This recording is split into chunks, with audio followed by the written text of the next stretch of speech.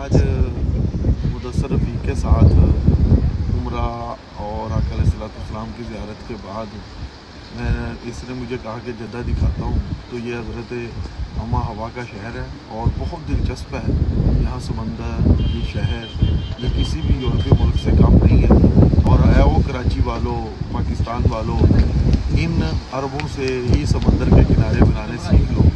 जितना पुरलुत्फ़ के मंज़र है और जितना खूबसूरत इसको इन्होंने सींचा है कि बेजा शाम तो क्या रात गुजारने को यहाँ दिल करता है। शुक्रिया मुदस्सर रफ़ीक, तुमने ये मौका फराहम किया और मैं इस शहर के जादू में और इस समंदर के जादू में अपने आप को महसूस कर रहा हूँ और इस शहर की बहारों में